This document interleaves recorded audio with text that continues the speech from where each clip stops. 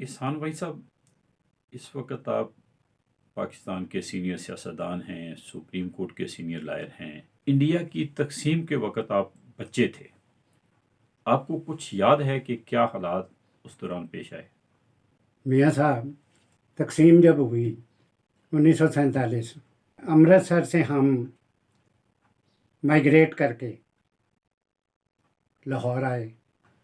تو ہم جب شفٹ کیے تو ہم سارے بچے،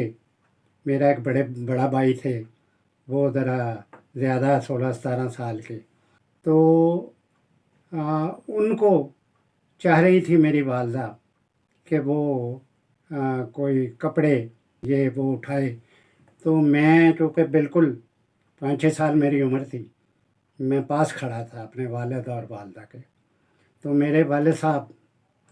نے میری والدہ کو کہا، حالانکہ میں نے بچپن سے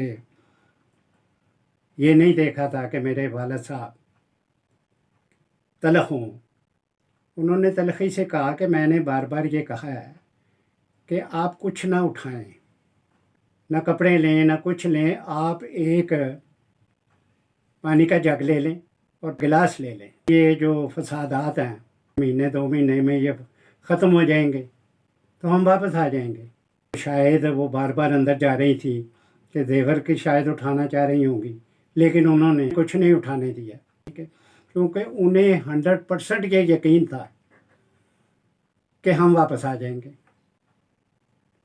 اور یہ بات جو ہے تقریباً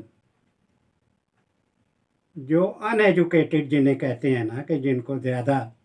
سیاست کی سمجھ نہیں تھی کہ بیک گراؤنڈ وجوہات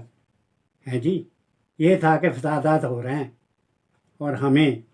فسادات سے نکل کے اور بچ جانا چاہیے، پھر ہم واپس آ جائیں گے۔ تو میاں صاحب، یہ عام بات تھی، یہ سوائے مسلم لیگ کے چند وہ لوگ جو ملک کو بنانے اور تقسیم کے